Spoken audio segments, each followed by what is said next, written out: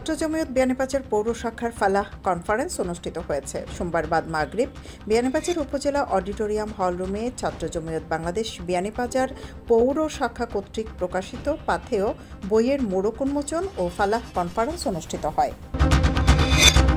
গোলাপগঞ্জের ঐতিহ্যবাহী শিক্ষা প্রতিষ্ঠান সরকারি মোহাম্মদ চৌধুরী একাডেমি ও বাঘা ইউনিয়নের হাজী আব্দুল আহাদ উচ্চ বিদ্যালয় ও কলেজে কোনো ধরনের রাজনৈতিক তৎপরতা বা কার্যক্রম না চালাতে নির্দেশ দিয়েছে প্রতিষ্ঠান প্রধান। সোমবার এই দুটি শিক্ষা প্রতিষ্ঠানের অধ্যক্ষ স্বাক্ষরিত পৃথক পৃথক বিজ্ঞপ্তিতে বিষয়টি নিশ্চিত করা হয়। শাহজালাল বিজ্ঞান ও প্রযুক্তি বিশ্ববিদ্যালয়ে বারবার অগ্নিকাণ্ডের ঘটনায় ক্যাম্পাসের টিলা এলাকায় জনসাধারণের প্রবেশে নিষেধাজ্ঞা জারি করেছে কর্তৃপক্ষ। সোমবার এ বিষয়ে একটি বিজ্ঞপ্তি দিয়েছে বিশ্ববিদ্যালয় কর্তৃপক্ষ।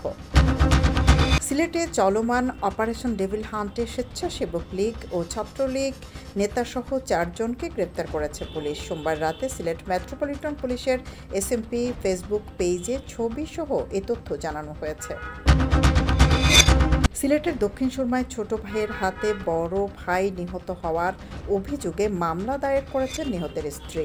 আজ মঙ্গলবার এই মামলা দায়ের করা হয়েছে। এতে আসামি করা হয়েছে নিহতের ছোট ভাই ও তার স্ত্রীকে। তবে এ ঘটনায় দুপুর পর্যন্ত কাউকে আটক করতে পারেনি পুলিশ। নিহত মোহাম্মদ খসরু মিয়া দক্ষিণ সুরমা উপজেলার লালাবাজার ইউনিয়নের ভরাউট গ্রামের মনফর আলীর ছেলে।